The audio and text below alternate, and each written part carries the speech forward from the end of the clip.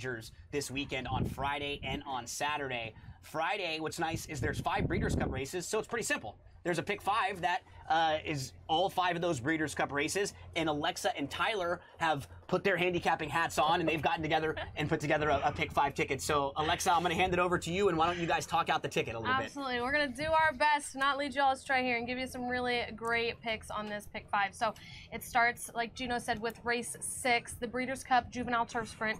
And Tyler and I are using 4 horses in here. We're starting with the 2 Asterius. And, you know, we've already gone over all of these briefly, but we'll dive back in for the ones we're selecting here. So Asterius, you know, has those back-to-back group wins at 5 furlongs, has started 6 times, won 4 of them, got second in another. He has that tactical speed. His time form ratings are steadily improving. They went from an 85 to a 94 to a 99 in his last 3 races. And I watched some of his replays, and the thing that struck me the most about him is how much bigger he was than a lot of the other competition. He is a January foal, so, you know, he does have some months of development on some of these other contenders in here, which can make a big difference, especially in these young baby races. We'll also use the number 3 Big Mojo. Mick Appleby is his trainer, who won this race last year with Big Ev. So, you know, 2 big horses in a row. He's hoping for a repeat. Will likes that horse. That's one of their horses. Yeah. Yeah. Will likes. He liked Asterius as well. You know, got second last out to Asterius by a neck. So these horses really are neck and neck. Absolutely.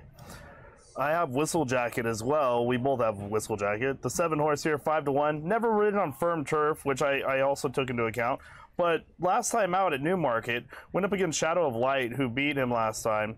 And Shadow of Light, next out, was a Group 1 winner. So gone against some pretty contentious European horses on turf nonetheless. So kind of fits the card here. Definitely. Going on to Governor Sam, number 10, 12-1 is an insane price on this horse, in my opinion. Paco Lopez aboard on a turf sprint.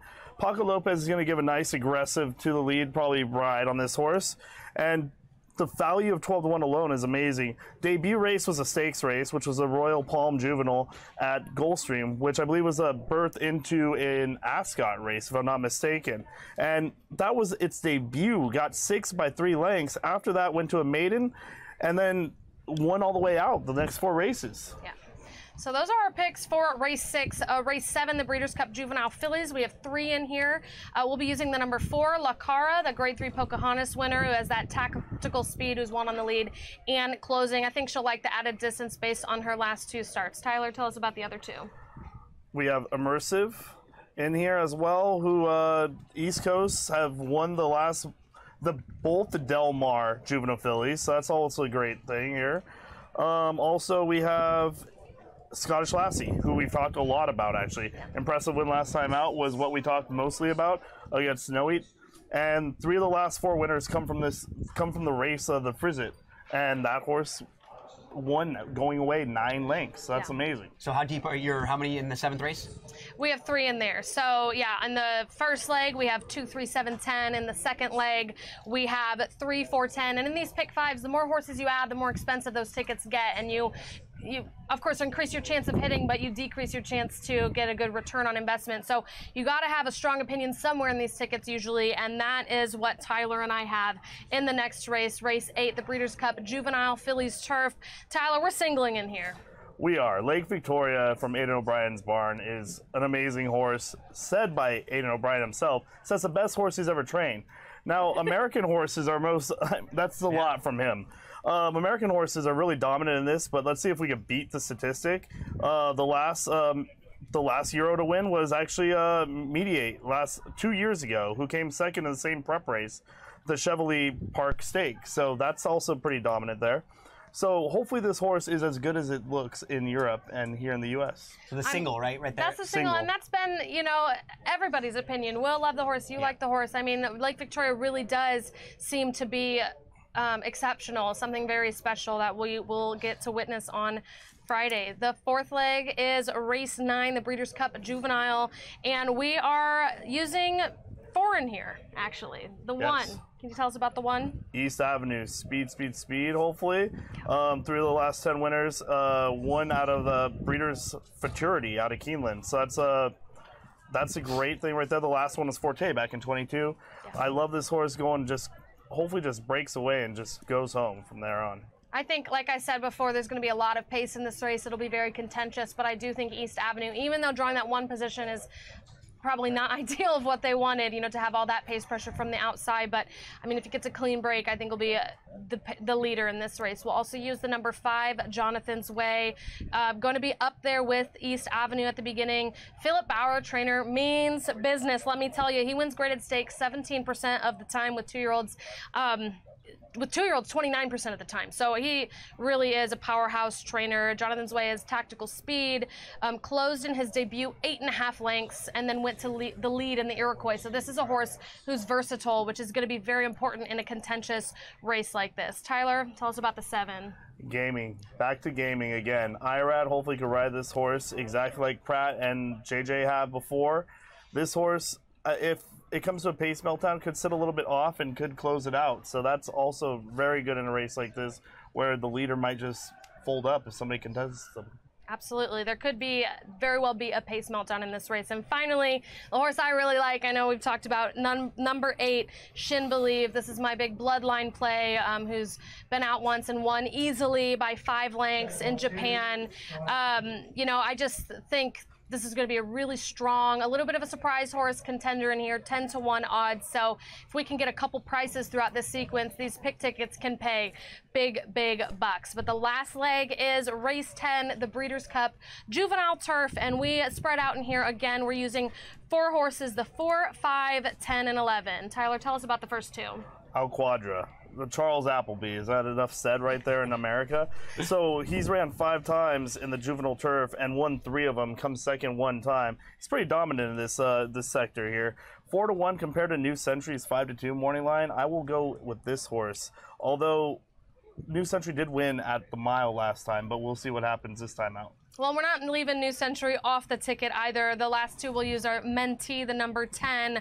I think they wanted to see his ceiling, so they tried him in the Grade 1 Hopeful, where he lost to the likes of Chancellor McPatrick, and then they won the Grade 3 Futurity at Belmont at Aqueduct last out. He confidently pressed the pace that race and then just absolutely let loose in the stretch. I think he clearly had more. He looked great on the gallop out. It's a son of City of Light, whose progeny does really, really well, winning 17% of the time on the turf, which is way above the average of 12%.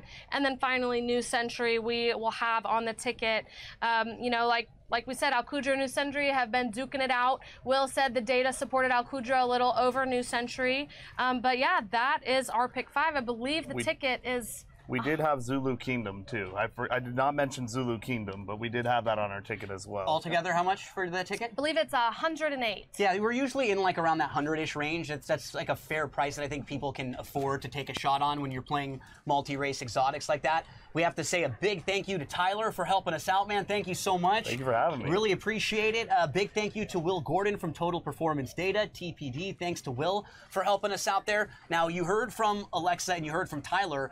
There are going to be betting strategies just like this, multi-race exotic wagers as part of that Breeders' Cup package. So if you want to purchase that Breeders' Cup package, you'll get suggested wagers from some of the DRF staff there, along with the Clocker report. So we'll help you out. We'll try to steer you in the right direction. We're going to come on a quick break, and when we return from this quick break, Roberto Rodriguez from DRF and Espanol is going to jump on in, and Roberto is going to join us to talk all about the Saturday races. We'll talk Saturday Pick 5. Don't go anywhere. Still all of Saturday Breeders' Cup when we return.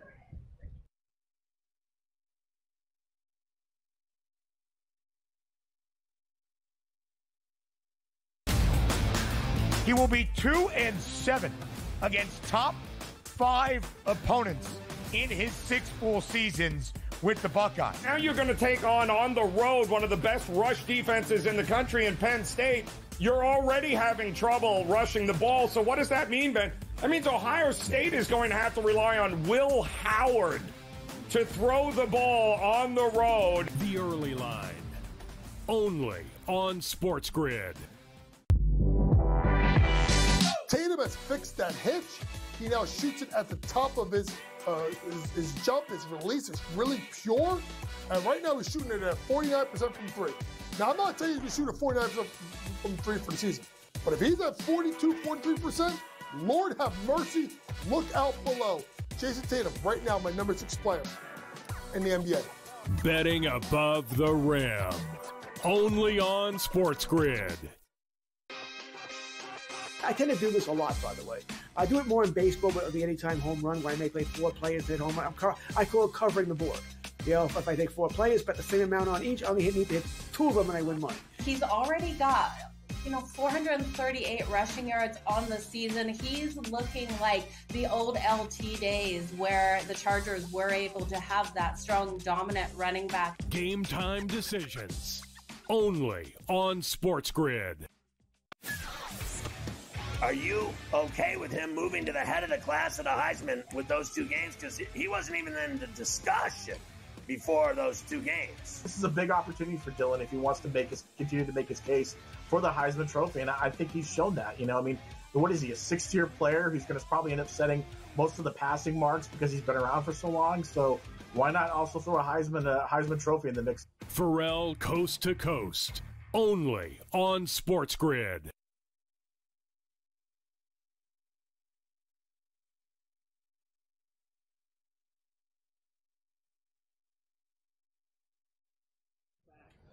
Well, let's flip the page on over to Saturday. We have 9 more Breeders' Cup races for Saturday to discuss. We have to introduce our next guest, the Globetrotter, the main man here. I see you in Australia. I see you at Royal Ascot. I see you in Florida. I see you all over the place. Dubai, man. I know, too. Dubai. And now you see me out there. And now I get to see you right here. Awesome, awesome. So how's everything going, Roberto? Everything's going well. Happy, to be here, to be part of this. So excited. And we have to give you a lot of credit because what you have done in a few years with DRF and Espanol and how you have grown that, like we're saying, live broadcasts from all over the world, the amount of content that you're producing out there, it's just so incredible what you've done with just a small team of people. Yeah. Talk just a minute or so about what's going on over there. I really appreciate that. And you just said it. It takes a team. It's not only one person.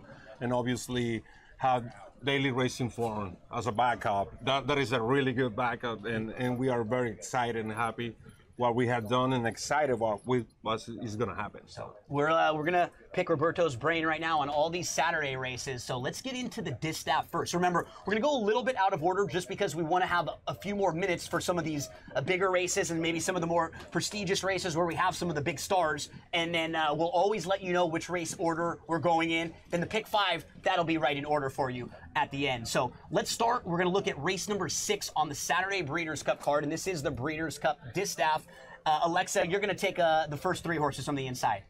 Yeah, the average buyer in here is, the winning buyer is 100.5, so pretty quick. But the number 1 Candied from Todd Pletcher's barn, 15-1 morning line, so a bit of a long shot, is a presser closer in here. Got 3rd in the Breeders' Cup Juvenile Fillies last year, and since then she's only managed to win 1 race. That was a stakes, but has run in 4 more Grade 1s, where she's hit the board in 3 of them.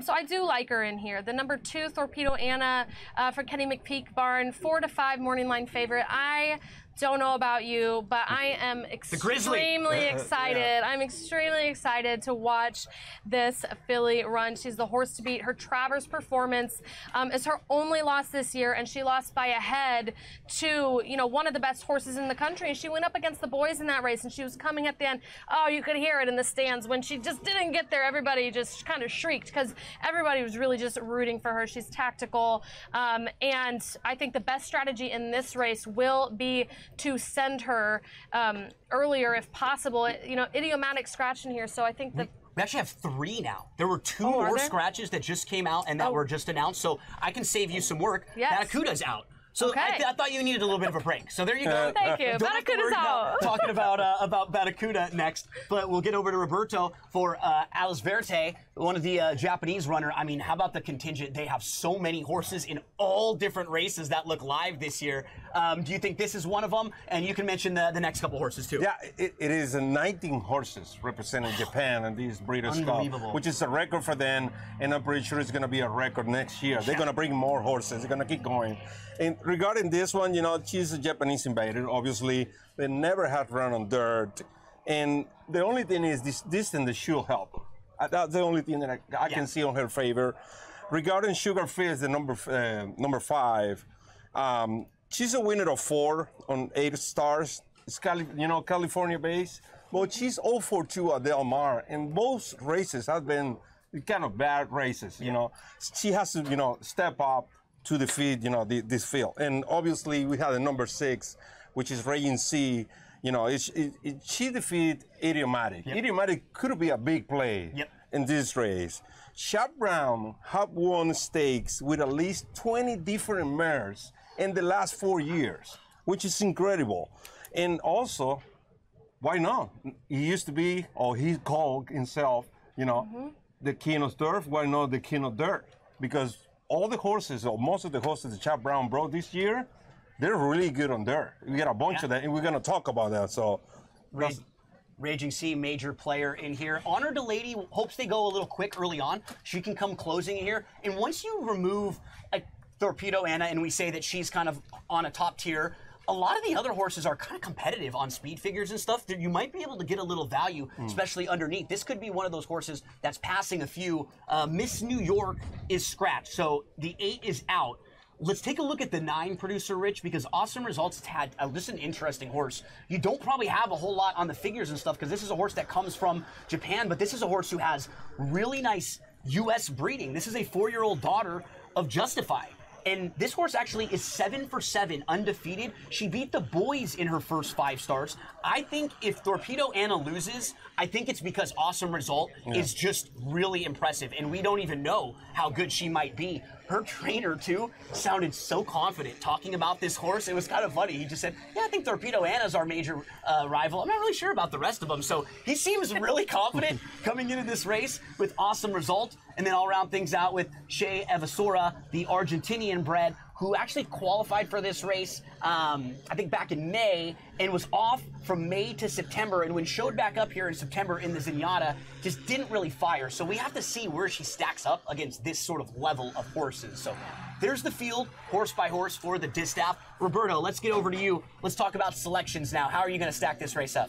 Well, for this race, I like it's the number. I'll tell you right now. It's Awesome Result. That's the one that I like. This is undefeated. You know, in 7 races, 5 different racetracks.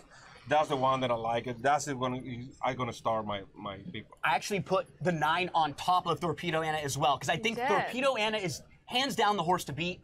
Maybe this 9 has a built-in ceiling that we don't even know. There's might be a wild card X Factor horse, and perhaps Torpedo Anna is a little tired from a couple big races, like a really taxing campaign, but I won't be throwing her out of the mix or anything. I just felt like this would be the horse that maybe, if anyone beats her, it might be this one. But Alexa, I know you've always been a fan of her. I gotta go with my girl. Hands down the horse to beat. Who else will you be using underneath? I will be using Raging C and Awesome Result underneath as well. So, I mean, I do think we're all in the same boat here of the contenders that are really a big deal in here, but Torpedo Anna, Raging C, Awesome Result, and then a long shot on the bottom, Candide. Yeah, and from a gambling standpoint, we're probably going to see Torpedo Anna and then Awesome Result and Raging C, similar prices, and then it might be a long way back to whoever is the next price. Like everyone else might be double digits in here. So if you can get one of those bigger price horses in the mix here in the distaff, you'll be in really great shape. So Roberto has plenty more to discuss with us as we continue rolling along Breeders' Cup Saturday. We're going to get you previews of all the Breeders' Cup races and then a pick 5 at the end. Don't go anywhere. Lots still to come.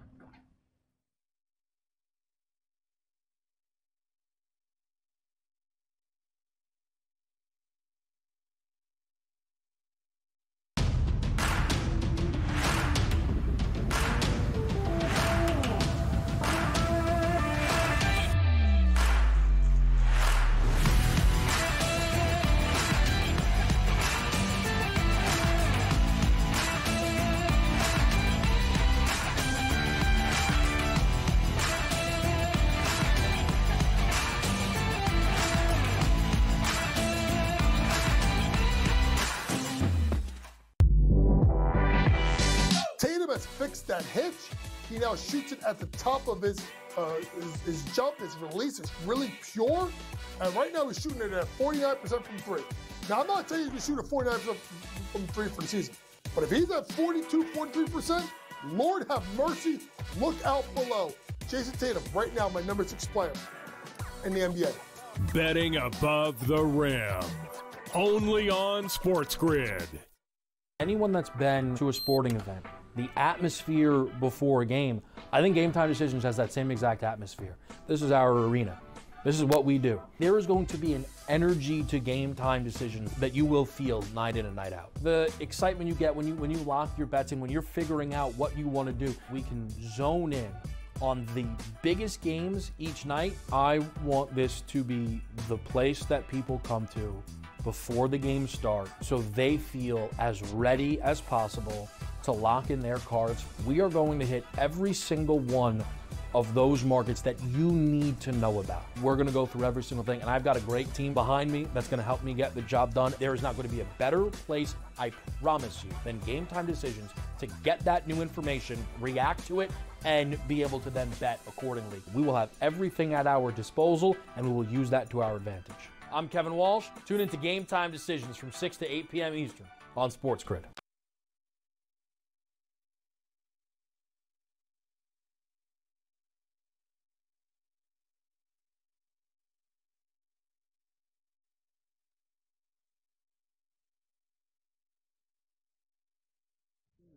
Okay, we're going to jump in the DeLorean, and we're going to go back in time. I know Back to the Future Day was a few days ago. Also a tidbit, my dad built Michael J. Fox's house in Bel Air, like, when I was a baby growing up, so I have a cool DeLorean that I can get in and ride. Anyways, we're going back in time to race number 5, the Breeders' Cup Turf Sprint.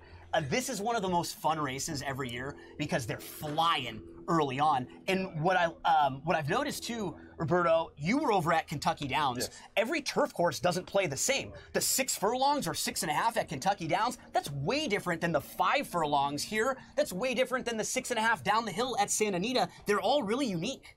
That's where I think Cudbury has more advantage than everybody else, because what he just did at Kentucky Downs and the way that how he finished. However, let's start with the number 1, Believing, and she's been facing Big Eve and Bradsell on 3 of her last 4-star. Ryan Mora, blinkers on, you know, it's kind of difficult post position because you have to show either a lot of speed or grab the hold, right? Yeah, exactly. Hold and wait until the end and coming, you know, flying.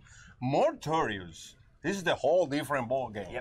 Because I think he's 343 out Del Mar. We know he loves the track. And he will come flying. And I think he's gonna get enough pace, you know, to show that late kick. And our Zach is a good horse. Remember that he won the Woodford. He finished 2nd behind Cutburn. But the last 2 days that I have been watching him in the morning, he's too washy. I mean, he's not looking, you know, as good as he used to do, you know, prior to all the big races. So we'll see what happens. When you face the toughest horses, you want to be feeling really good when you're coming into the race, too. The number 4, Starlust, was 3rd in last year's Breeders' Cup Juvenile Turf Sprint, had legitimate trouble. Actually, it says badly hampered and collided with the rail. This horse was moving up the inside. Wasn't going to win or anything, and did actually bang off the rail. AG Bullet is in really nice form. Tried Grade 1 company last time out, going a little too far. She's 3 for 3 sprinting, but those sprints are the longer sprints, going a little longer. So while I think she'll be forward in here, I'm not quite sure at the 5 furlong distance. Star of Mystery is a horse who comes absolutely flying late. So if they go quick early on, she's one of the horses who will come motoring down and who will pick them all up. Alexa, I'm going to hand the baton off to you. Talk about 7 through 9. Yeah, 7 is Howard Wolowitz, which isn't that a Big Bang? Okay, oh, yeah. That's a character. Yep.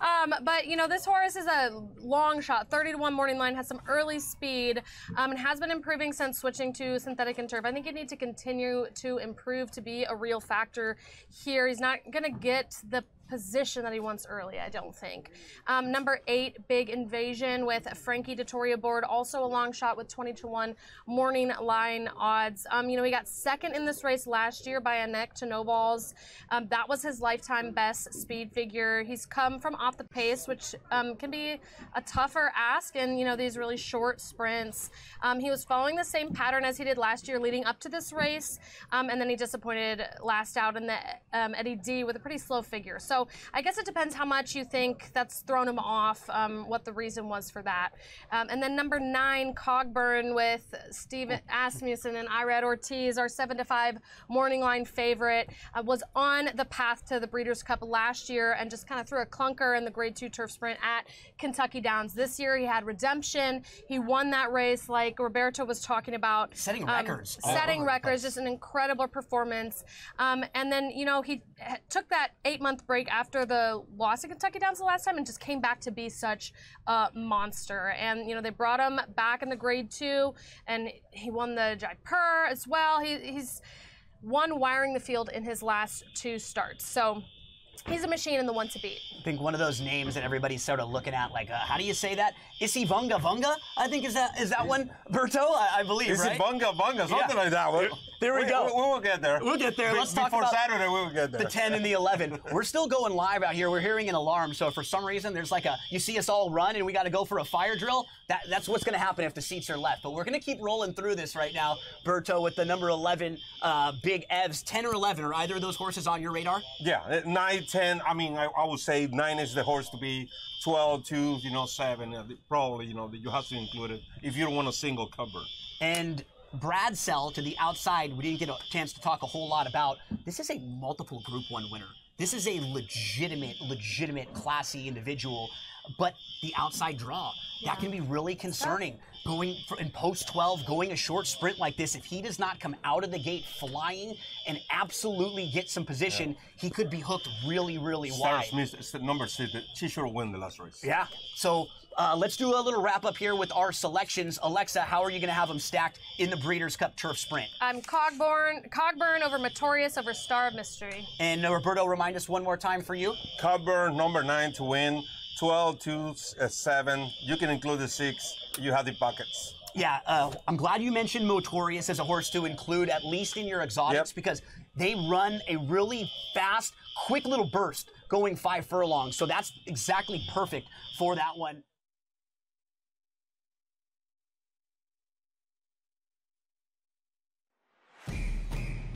It's a new era in CFP to start off this year, put on full display. My take on this game is simple. I know some people will be upset about it. Good riddance to the Pac-12. Can you do it in terms of the week to week to week? I don't see a pathway for this team to miss the college football playoffs. We want to make sure you have those best bets in the entirety of our betting cards. That was Lincoln! But he had that program was already going there! Only on Sports Grid. Did they talk about the play they ran at the end of the game when it was the worst player screen I've ever seen in the history of basketball? No. See, here's what you got to do, Sherwood. I respect you. You're fantastic.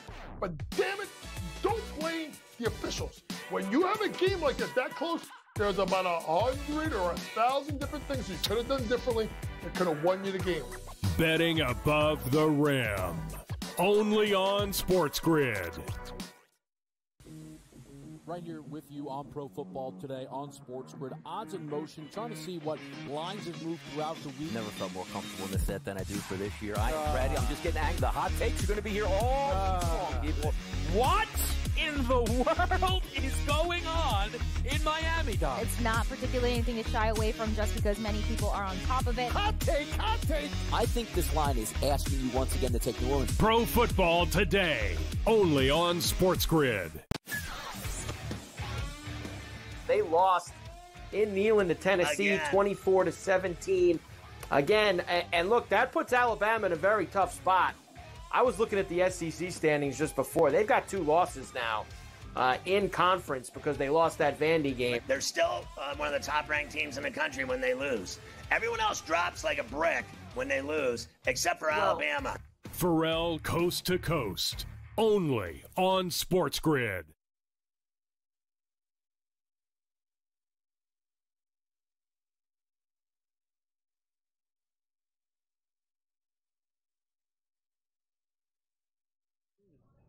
Okay, it's time to talk about the main event. The Breeders' Cup Classic is going to be race number 8 on Saturday, and I actually kind of like what they've done. They put it in the middle of the card, and what's nice about that is It's actually the ending leg of the early pick 5. It starts the late pick 5. So if you want to be right about one race on Saturday, this is the race that you want to be right about, because it's the middle of all of those big multi-exotic wagers. Let's talk about the Breeders' Cup Classic, and let's talk about the field for the Breeders' Cup Classic. What's so cool about this group, it's international. Yeah. We have so many really good horses internationally, and it starts out with Forever Young. I gotta say, I'd be surprised if he's 6-1.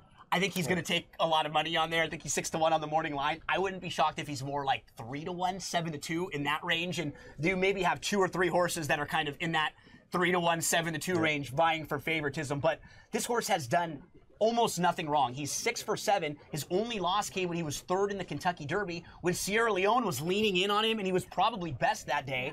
And he got his prep race out of the way, which I really love. He had some time off from May to October, shows up at the beginning of October, wins the Japan Dirt Classic. I like him a lot in here. I think he's pretty versatile. This is a legitimate horse. The number 2 is Highland Falls. Highland Falls was ridden a little differently last time out. Flavien Prat was very aggressive with him, and it resulted in the career best effort, the Grade 1 Jockey Club Gold Cup win for Highland Falls. So he's a horse who always has talent, and he put it together in a big way last time out. So let's get to Alexa. You talk about City of Troy in numbers 3 through 5. Yeah, City of Troy is the favorite, and I just want to we say this is the big one. I mean, there's $7 million on the line for this race. So this is the big one indeed. And City of Troy is the morning line favorite at 5-2 odds. You know, he's only ever lost 1 race. He's coming here for Aidan O'Brien, coming off of 3 Group 1 wins in Europe. He's an extremely tactical horse. If you read through his comment lines, you'll see how he's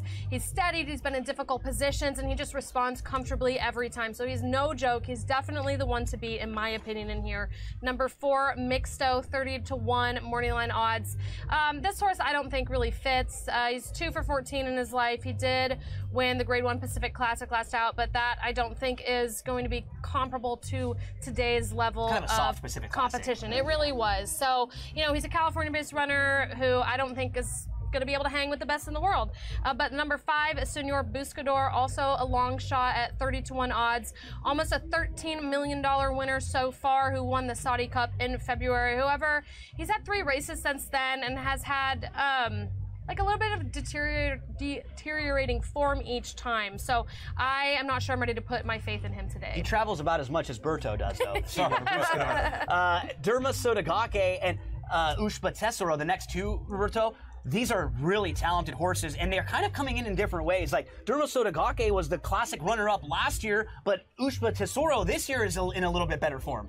Yeah, definitely. But when you see Derma Sotogake, you say that he finished 2nd behind Wire Barrio, but maybe it's not the same horse that he was last year. Agree. Regarding number 7, Ushba Tesoro, he finished 2nd, remember, in the 2 richest races on dirt in the world. Saudi Cup, Dubai World Cup.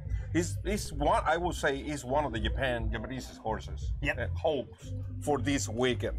And also, he looked great in the mornings. And the question is, will him and Sierra Leone get the pace that they need? But if he get it, talking about Ushba Tesoro, he could become the horse and the richest horse in earning. And he's kind of flying under the radar He has produced $60 million, over $60 million. Because he was the buzz horse last year coming into the Breeders' Cup. He was only 7-2 in that race, and he kind of got a little bit lost in the race. Like, I think he just got outrun. I love that he's already got that race under him now, and now he's a little more acclimated to the U.S. style and to the North American style. Regarding number 8, Pyrenees, I'm not sure either about. She's having a fantastic year. On fire. But this is a whole different group. This is a group of horses. Now, Fearness, the number 9, is a whole different game. He's looking great. And one thing about Fearness is Pletcher loves him to run when he's rested, when he's well rested. It's kind of a small horse compared with the rest of the other horses here. So that time between the Travers and now he put some weight, which is looking good. It's Johnny Velasquez. I think it's a great post position for him.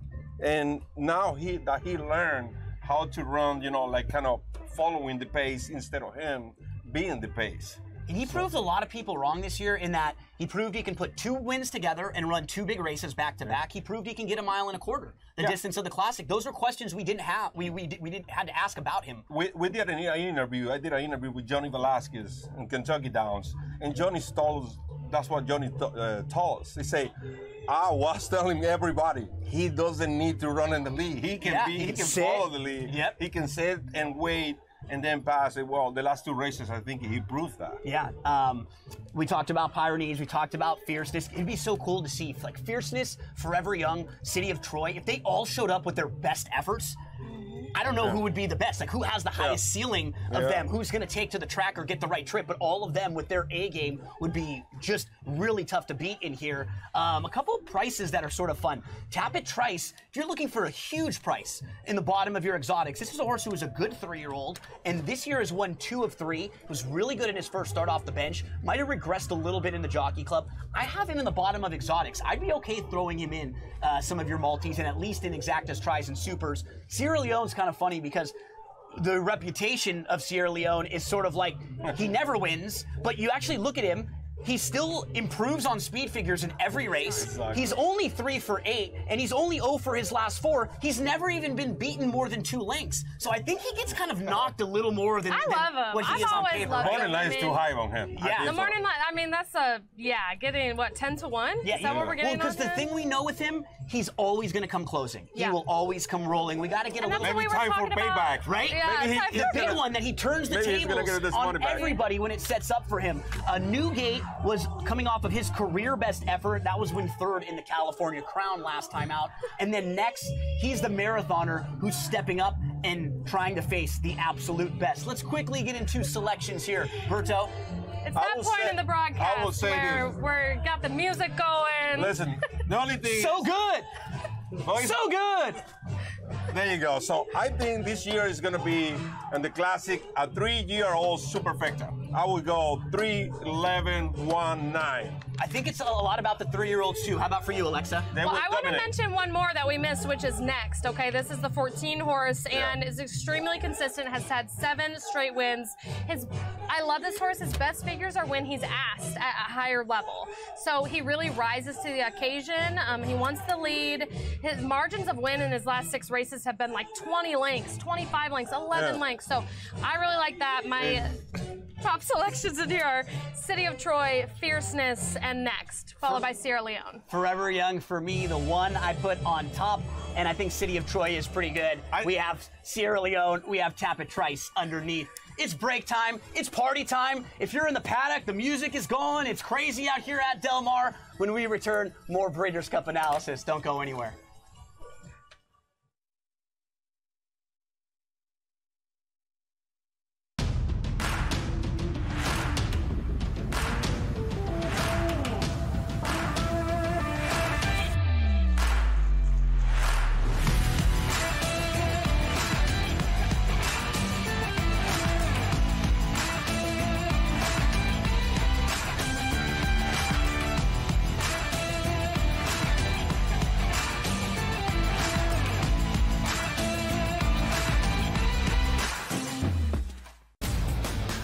He will be 2-7 against top 5 opponents in his 6 full seasons with the Buckeyes. Now you're going to take on the road, one of the best rush defenses in the country in Penn State.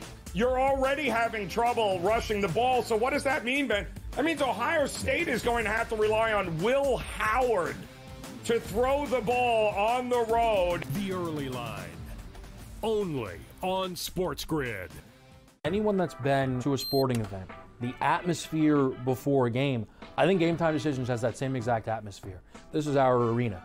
This is what we do. There is going to be an energy to Game Time Decisions that you will feel night in and night out. The excitement you get when you lock your bets in, when you're figuring out what you want to do, we can zone in on the biggest games each night. I want this to be the place that people come to before the game starts so they feel as ready as possible to lock in their cards. We are going to hit every single one of those markets that you need to know about. We're going to go through every single thing, and I've got a great team behind me that's going to help me get the job done. There is not going to be a better place, I promise you, than Game Time Decisions to get that new information, react to it, and be able to then bet accordingly. We will have everything at our disposal, and we will use that to our advantage. I'm Kevin Walsh. Tune into Game Time Decisions from 6 to 8 p.m. Eastern on Sports Grid.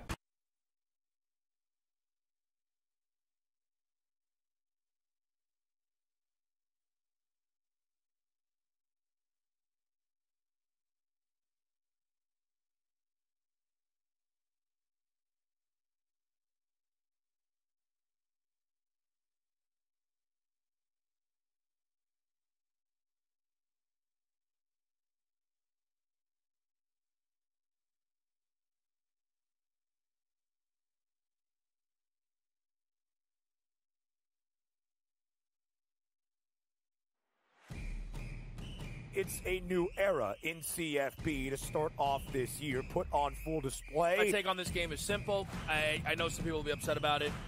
Good riddance to the Pac-12. Can you do it in terms of the week to week to week?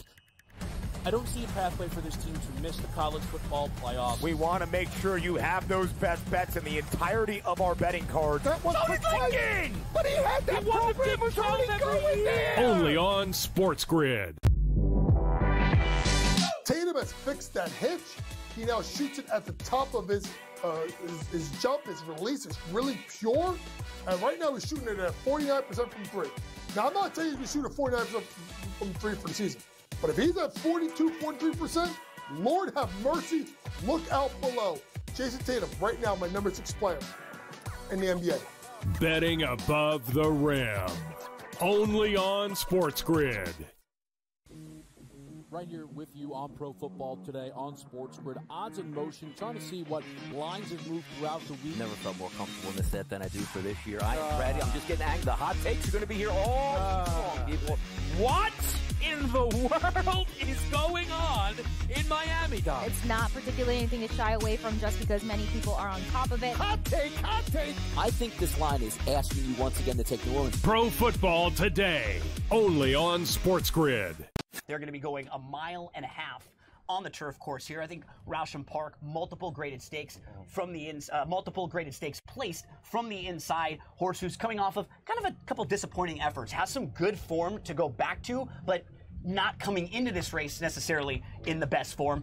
What I thought was interesting about this race is you have a lot of horses who I'm not sure if they're really mile and a halfers, or they're not really all that proven at a mile and a half. A couple of them that are, though, like the 2 Emily Upjohn, I think are very live, and they're horses that you know they can get the distance. Even though a horse doesn't win a whole lot, this is a horse that absolutely can get the distance and can stay. One of my top selections in here is going to be the number 3, Shahryar, who last year had legitimate trouble, might have been best in the Breeders' Cup Turf, and when we're talking about horses that get the mile and a half, this is one of them. This is a horse who has looked very good in the mornings. Luxembourg is a multiple grade 1 winner, wants to be forward in here, and I think there's maybe a little other speed, and I'm just not sure where Luxembourg will stack up. But from a connections play, O'Brien and Moore, this horse will take some money, will take some support, just not in the best of form right now. Let's move over to Roberto. Talk about runners 5 through 8, Roberto. Number 5, DRF. He's the French horse. It has an excellent 2024 campaign. Actually, talking about traveling, I saw him winning a Royal Ascot. What? Yeah? Yeah, the Hampton Curve. Wow. And I think he should be in the mix in this race. Regarding Firebridge, number 6, is 84% in the money in 13 stars. You know, I think he found his mojo in the last 2 great races. Kind of a wake-up call. Yeah, he won 2. He has won 2 Grade 1 races.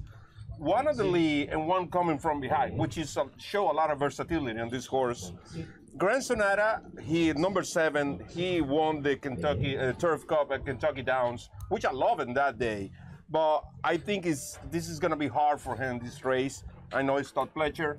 You know, he has to run probably the race of his life. Yeah. You know, to beat this field. Cabo Spirit is one of the long shot. You know, it's another horse that is has to run big to defeat these horses. Try to show some speed and see if he can steal it like he did. Exactly. But yeah, this is a big step up for him. Alexa, you're going to go 9 through 12 here. I am indeed. The number 9 is El Instanal, an Argentinian horse.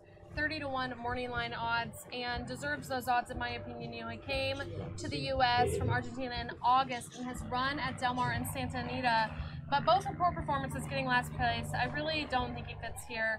The number 10 is Wingspan for Aiden O'Brien, 15-1 morning line odds, rapidly improving 3-year-old, you know, cross-entered previously in the week, and I would have liked or better in the filly mare turf than this spot. The 11 though, Rebels Romance, 5-2 morning line odds for Charles Appleby. This one is the one to beat. Yeah. Not many horses have beat him. You know, won this race in 2022 convincingly closing 10 lengths, and then had kind of a bummer of a 5-year-old year, clipping heels, losing his jockey, needing some longer breaks, and then came back this year as a 6-year-old just better than ever. Has won 5 out of the 6 races, most graded, and Germany, Hong Kong, Dubai, Qatar, and Great Britain. We're talking about travel. I mean, this horse just is winning everywhere. He's a jet setter with speed. So he's won over $9 million. I think a very big player in here. The number 12, Gold Phoenix. California horse, never run outside of California. Again, a long shot, 15-1 odds. Loves Del Mar. Loves Del Mar. 3-time Del Mar handicap winner, but this is a big step up, and he's not even really a mile and a half. Like, he was 4th in the Breeders' Cup last year, but he doesn't have a whole lot of mile and a half foundation either. Yeah, the only time he's run out of California has been for, you know, the Breeders' Cup and the debut in Ireland. You know, this will be his 3rd in a row competing in this race. He got 10th by 9 lengths in 2022. Last year, 4th, like you said, by 2.5. You know, he stalked the pace and made a late move. I don't know. I'm kind of like on the fence about him. Maybe in some minor awards. There Goes Harvard is a nice horse with some ability. He might be rounding back into form, but this is just a lot to ask. And he's way out there. He's parked way out wide, so it could be a really tough trip for There Goes Harvard. Let's head on over to Roberto, and let's talk about selections for this one. So the Breeders' Cup Turf, race number 7. Who are you going to pick on top, and how do you got them stacked? I'm gonna pick Luxembourg. Nice. He displays this horse this Saturday. He won Grade 1 a 2-year, 3-year, 4-year, 5-year ago. Ryan Moore come back as a rider, 12-1. Aiden O'Brien, Ryan Moore. I'm gonna bet this horse. Number 4, Luxembourg. I'm gonna I stuck it with 11, the 3. I love that 3 in the track. He looks fantastic. In the mornings, right? It looks fantastic. I'll say, I'm not someone who watches the horses that much in the morning. And last year and this year, that horse stood out to me as one that was like, wow, this horse is traveling well. And I'm going to close it with Emily Upjohn. For one reason, they decide it goes against the boys. Yep. You know, she could have filled the fillies. Absolutely. With no problem. I think she likes the distance more, but, right? A little more distance Frankie here. Dettori, younger, you have to respect that. So. How about for you, Alexa? So for me, this race, I knew who I wanted on top. I knew I wanted Rebels Romance on top. And then underneath, I can't tell you how many times I switch these horses around. I think it's just really a contentious race. Luxembourg's the one I ended up fading out of my top 4. No, I took him out. I put him back in. Well, now we got to throw him in. Maybe put it back in now. But I've got Rebels Romance, followed by Charriere, the 3 we're talking about, Farbridge and Emily Upjohn, and then maybe Luxembourg as well. This is a tough race. Yeah, it's a really good Breeders' Cup Turf. For me, I put the 3, Charriere, on top. I thought the 3 and 11 were the real proven mile and a half horses, so I went the 3 on top of the 11. Maybe you get a little more value with Charriere. Berto was talking about Emily Upjohn too, who's so good going long and getting a trip, getting the distance, a mile and a half trip. So I think that's perfect for Emily Upjohn. I throw in J-Ray B, who this is a lightly raced up-and-coming horse who you mentioned. The campaign has been awesome. We just don't know how far he wants to go quite yet. He just hasn't gone a mile and a half. So for a horse who's probably going to be a shorter price, you have some questions to ask about that one. So there's your look at the Breeders' Cup Turf. We still have plenty of work to come. We're going to talk about the filly and mare sprint next, and then we'll get into the early pick 5, because on Saturday there are 9 races, and the 8th race is that middle part when the early pick 5 ends and the late pick 5 starts. So we want to make sure we're right about that 8th race. We'll tell you how to build a pick 5 and everything when we return from this quick break. Mention one more time, if we have the graphic out there too, we can show the Breeders' Cup packages, which are now available, shop.drf.com. everything you need. Past performances for Friday, for Saturday, 2-day clocker reports, betting strategies. They're going to help make sure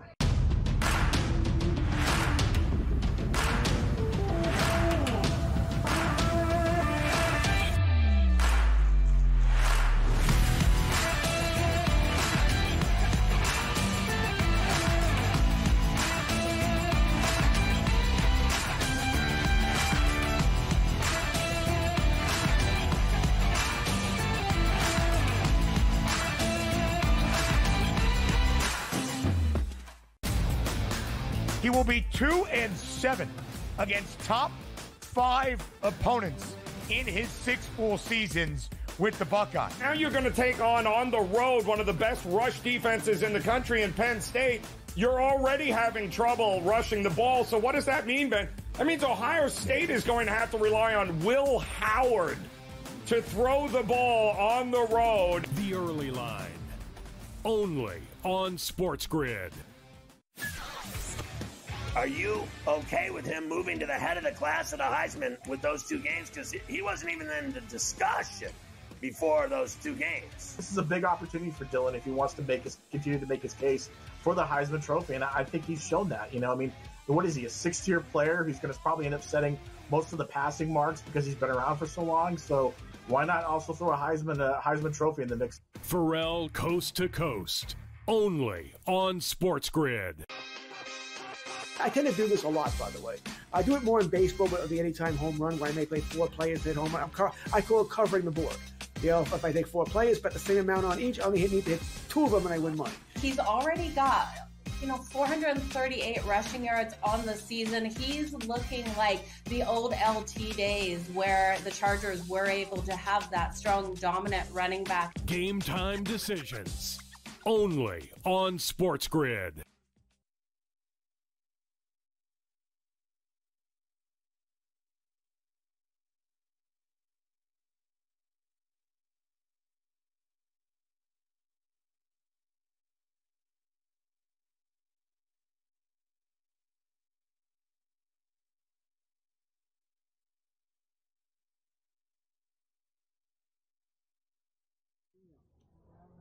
Next up, it's our preview of the Breeders' Cup Filly and Mare Sprint. This one actually gets the Breeders' Cup action started on Saturday. So this is going to be race number 4.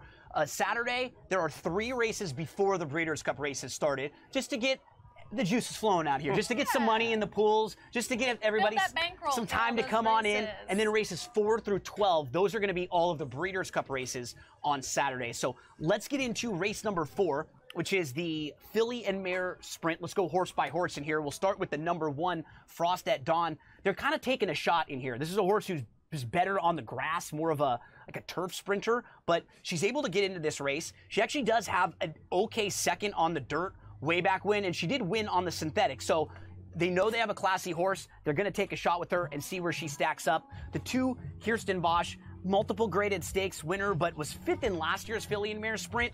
And she was basically in like a 3-horse race last time out. It was a field of 4, and one of them pulled up and really wasn't in the race. So I just don't know if she's coming into this race all that well. One Magic Filly is a really lightly raced, nice filly, but she's going to be facing older. She's going to be facing much, much tougher than she's ever faced before. So while I respect her ability, I just think this is a lot to ask for her right now. So Alexa, I'll hand it off to you. Talk a little bit about the 4, Pandora's Gift. The 4 actually is Vava for Cherie DeVoe. Pandora's Gift, I think, is the 5. Or am I wrong about that? Maybe I have it wrong. But Vava's in the race and is a very fast, consistent horse who won the Grade 3 Chicago over Society. And I think Society and Ways and Means are in here, and they could kind of burn each other out, and she could really benefit from the pace scenario. She's run this distance 8 times, won 5 of them. And like you said, Pandora's Gift is a long shot, 30-to-1 odds. Never tried the dirt before. Pedigree rating is better for turf and synthetic than the dirt. Hasn't been able to win a race since they stepped up to graded company. You know, 3-year-old going against tougher, I'm just not really here for it in here. That's what partners and friends are for, right? Because I had the, I trust you, so I'm like, is it? Well, I had some of the pre-entries up. Right. So I still had horses that were like in their numbers from last time. So Frost at Dawn, we talked about. One Magic Filly, we talked about. Pleasant, the 3 we talked about. And now you got to Vava and Pandora's Gift. So now we're back on track. The wheels were off for just a second. Our producers are worried about it, and I was the one up here who got all thrown off a little bit. So now we're caught back up, and we're up to the number 6 Society. Society, yes, very interesting horse, 3-1. I think the morning line is it's a morning line favorite. I think Ways and Means might be favored a little more, but they'll probably vie. Yeah. And here's the thing about this race with favorites. They win this race. They've won 4 out of the last 5 and 7 out of the last 12. So this race, does tend to favor those who we expect. And Society will, I think, likely wire the field.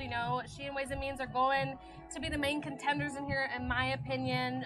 She'll likely be the pace setter, and Ways and Means could take back a little bit. But got 4th in this last year after breaking inward and checking. So she hopefully will get a cleaner trip this time. That's the real key to the race, too, because there's a couple horses that are like speed kind of pressers, but the pace is a little enigmatic in here, Berto, because we could see a few different horses going to the lead. Yeah. A couple could sit. They want to be more forwardly placed. Talk to us now about the next horses, 7 through 9 in here. Zaytlos is trained by Steven Asmussen, who seemed to hold the pace with Society. The feeling he may be closing, which is this number 7. Yep. So we'll see how this is going to play out. Number 8, Soul of Angel. She faced randomized, idiomatic, and Raging Sea. Yes. Yeah. She's been so good in her last 5 races. And she went back to Florida and won for fun. And I think this is a wheelhouse, this distance. So I think she can be a big prize in this race. Number 9, Ways and Means. Remember what I told you early in the show? Shop Brown. On the dirt, yep. On the dirt. And Shop Brown has won the last 2 editions of this race. Goodnight, Olive. Yeah. So I think I asked Shop Brown early this week. Hey, Shop, tell me one of your horses that you want to Give me the one. Who do you like the most? No, give me, who do you want a really good post position? And he say Ways and Means and the outside. There you go. And she got that. That's what she wanted. I mean, I don't need to know anything else. That's perfect. I got everything Because it gives need. her the options, right? With her, she's fast, but that way she can sit off horses, and she's not going to be shoved from the inside. When horses are on the outside of you and they start to go, it gets a little bit difficult. Remember, Shop Brown and Flavian Pratt, as the 2, has won most Grade 1 races this year in North America. Okay, Berto, give me 5 seconds. Who are your top selections here? Ways and Means, number 9, I would say, 10, 7, 6. Alexa, you got Society 6, on 4, top, 9, right? yep. Yeah, 6, 4, 9. I'm going to go with the 10, Scylla to the outside. 10, 6, 9, 4. For me, that's the Breeders' Cup Filly and Mare Sprint. Sorry about the confusion. We got the wheels back.